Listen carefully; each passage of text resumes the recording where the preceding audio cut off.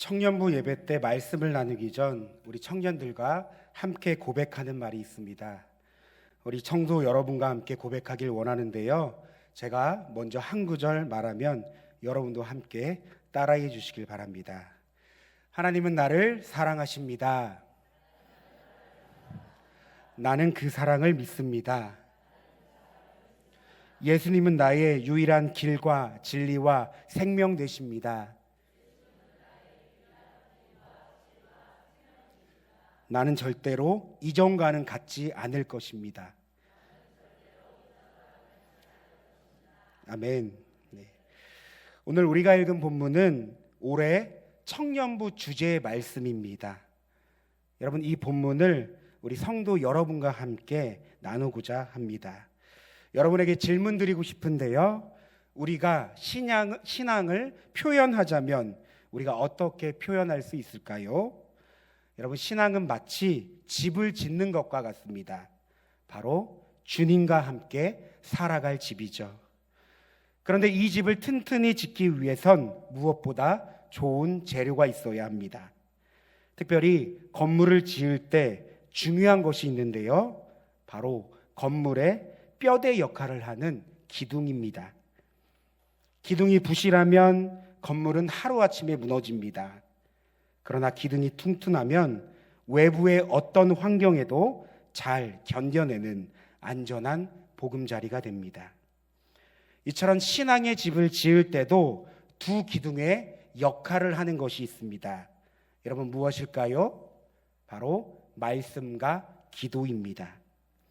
우리의 신앙 가운데 말씀과 기도라는 이 두 기둥이 제대로 세워지지 않으면 우리는 건강한 신앙을 가질 수 없습니다.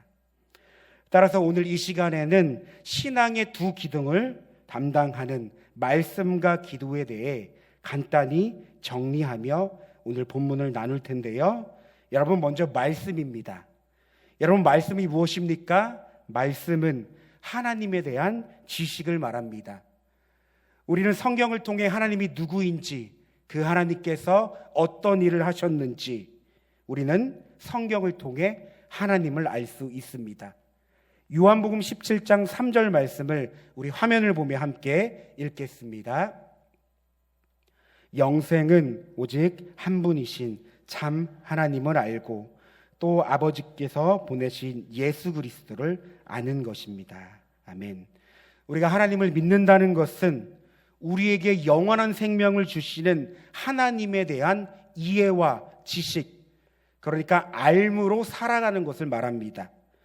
여러분, 우리가 한평생 하나님을 믿고 살아간다고 말하지만 우리가 믿는 대상인 하나님이 누구인지를 모르며 신앙생활을 하는 것, 그분에 대한 경험이 없고 그분이 무엇을 좋아하고 무엇을 싫어하는지 알지 못한다면 어쩌면 이런 신앙생활은 불행한 신앙생활이라고 할 수 있겠죠.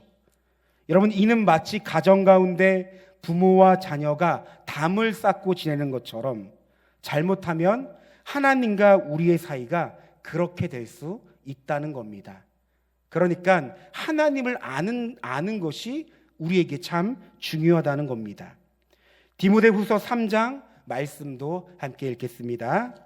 모든 성경 말씀은 하나님께서 감동을 주셔서 기록되었기 때문에 진리를 가르쳐주며 삶 가운데 무엇이 잘못되었는지 알게 해줍니다.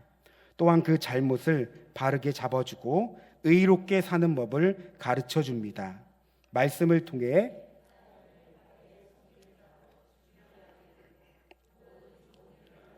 사람으로 자라게 됩니다. 그러니까 말씀은 하나님이 누구인지를 말합니다.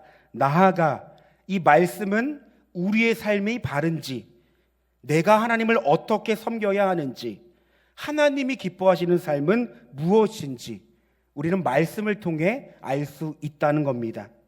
그러니까 한마디로 말씀을 통하지 않고선 결코 우리는 건강한 신앙과 온전한 믿음을 가지기란 어렵습니다. 여러분, 우리의 개인의 삶뿐일까요? 우리의 가정, 우리의 공동체, 우리의 삶의 모든 영역에서 말씀은 우리의 생명줄과 같습니다. 우리에게 너무나 중요하다는 겁니다. 시편 119편 97절 말씀도 함께 읽겠습니다. 내가 주님의 법을 얼마나 사랑하는지 온종일 그것만을 깊이 생각합니다. 아멘. 여러분, 우리에게도 이런 고백이 있습니까? 말씀을 생명처럼 여기며 말씀을 가까이 하며 말씀을 깊이 묵상하는 삶, 그러니까 말씀을 사랑하는 진정한 그리스도인의 삶이 있다는 질문입니다. 있냐는 질문입니다. 여러분, 우리는 온종일 무엇을 생각하십니까? 우리가 살아가면서 현실을 무시할 수는 없지만 우리는 어쩌면 이 현실에 묻혀 이런 질문만을 하며 살아갈지 모릅니다. 어떻게 하면 돈을 잘 벌 수 있을까? 어떻게 하면 내 자녀들이 잘 될 수 있을까? 어떻게 하면 남들에게 인정받을까? 어떻게 하면 좀 더 편안하고 쉽게 살아갈 수 있을까? 물론 여러분, 삶을 살아가는 우리의 모든 것이 중요합니다. 어떻게 현실을 부정할 수 있겠습니까? 그러나 예수님을 진정한 주인으로 모시고 구원자로 고백하는 우리는 다른 질문과 고민이 반드시 있어야 합니다. 어떻게 하면 주님의 말씀을 사랑할 수 있을까? 어떻게 하면 주님의 말씀을 잘 지키고 순종할 수 있을까? 어떻게 하면 말씀 가운데 살아계신 하나님을 만나고 그 하나님을 알아갈까? 여러분, 말씀에 대한 질문과 고민이 없다면 결코 우리가 믿는 하나님을 알 수 없습니다. 믿음으로 반응하지 못합니다.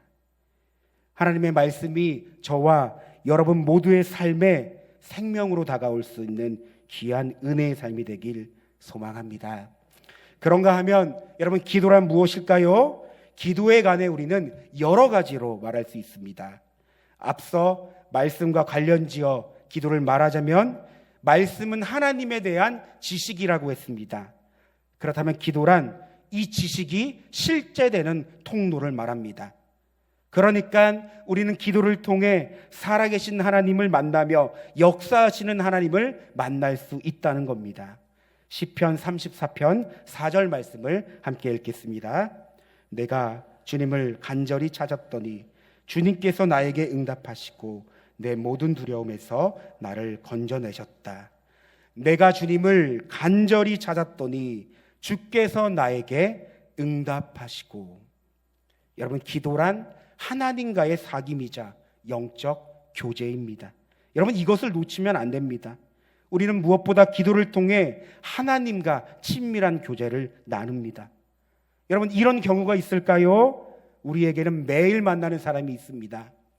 일주일에 한 번 만나는 사람이 있습니다. 한 달에 한 번 만나는 사람이 있습니다.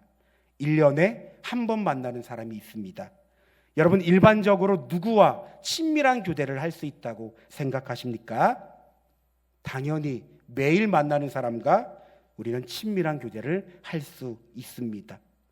여러분, 기도가 우리의 삶에서 너무나 중요한 이유는 우리는 기도를 통해 매일 살아계신 하나님을 만나고 그분과 교대하기 때문입니다.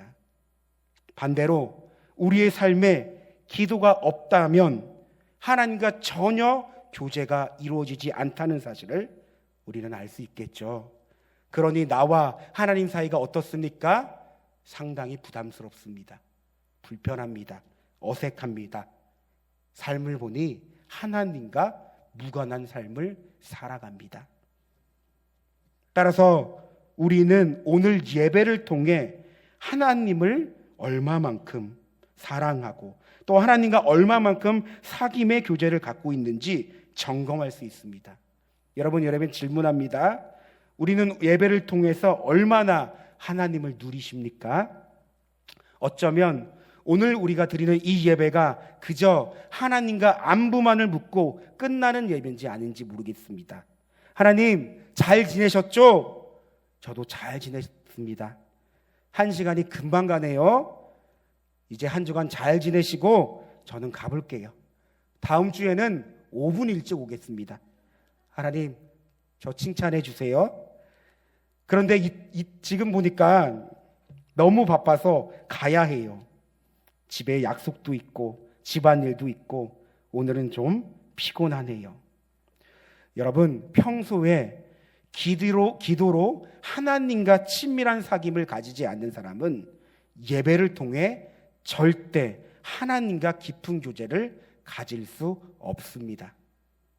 그러나 평소에 기도로 하나님과 친밀한 사귐을 가지는 사람은요, 예배를 통해 살아계신 하나님을 깊게 만나고 깊은 누림을 가집니다. 관계의 깊이가 다르다는 겁니다.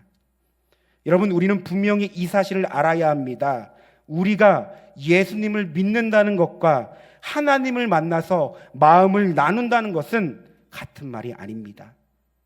주님께서 우리에게 새 생명을 주셨지만 이 새 생명의 풍성함을 누리는 것은 전혀 다른 문제입니다.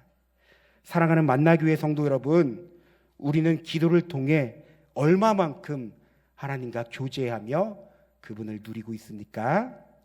이렇게 말씀과 기도가 무엇인지 나누었습니다.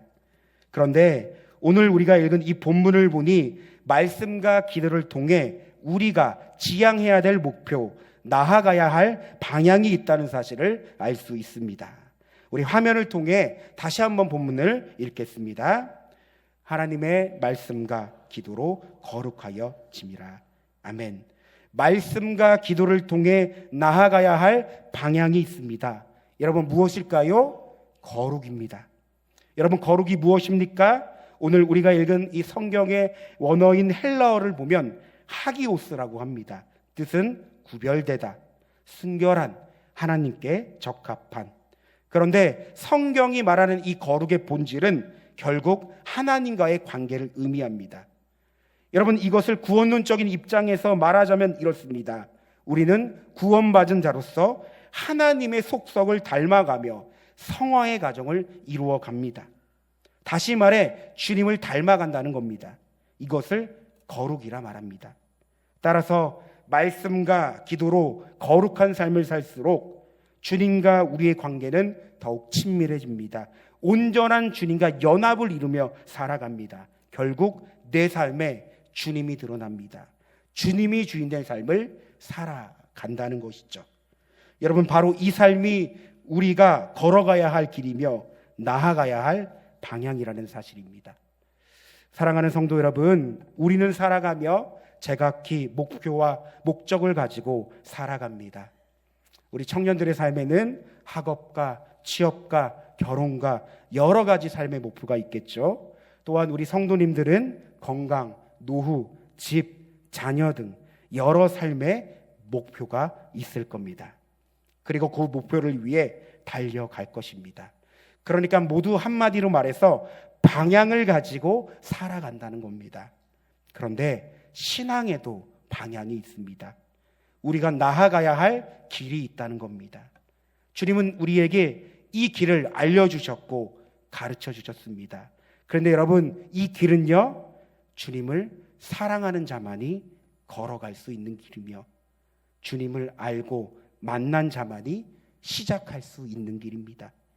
말씀과 기도라는 통로를 통해서만 전진할 수 있는 길입니다. 따라서 우리가 걸어간다, 못 걸어간다, 그렇게 산다, 못 산다는 나중 일입니다. 먼저 나에게 방향이 있느냐, 신앙의 방향이 있느냐, 내가 걸어갈 길이 있느냐, 주님이 가르쳐 주시고 알려주신 분명한 길이 있느냐, 여러분, 이것이 문제 먼저입니다. 방향을 가지고 살아가는 사람은 결코 방황하지 않습니다. 또한 뒤돌아가지 않습니다. 비록 넘어지고 주저앉고 쓰러질지라도 다시 일어나 그 길을 향해 걸어갑니다. 왜 그럴까요? 나아가야 할 길이 분명히 있기 때문입니다. 사랑하는 성도 여러분, 우리에게는 나아가야 할 길이 있습니까? 신앙의 분명한 길이 있습니까? 지금 여러분은 어디로 가고 있습니까? 그 길이 너무나 좁은 길이며 협착하고 찾는 이가 없어도 여러분, 그 길을 걸어가시겠습니까? 다 함께 기도하겠습니다. 사랑과 은혜가 충만하신 하나님, 말씀과 기도로 충만케 되는 거룩한 삶을 살기 원합니다. 우리가 더욱더 거룩을 덧입어 살아갈 때 주님이 걸어가신 생명의 길을 걸어가게 하옵소서. 오직 우리의 삶에 주님만이 드러나며 주님이 진정한 주인 된 삶을 살아가게 하옵소서. 우리의 길과 진리와 생명 되시는 예수님 이름으로 기도합니다. 아멘.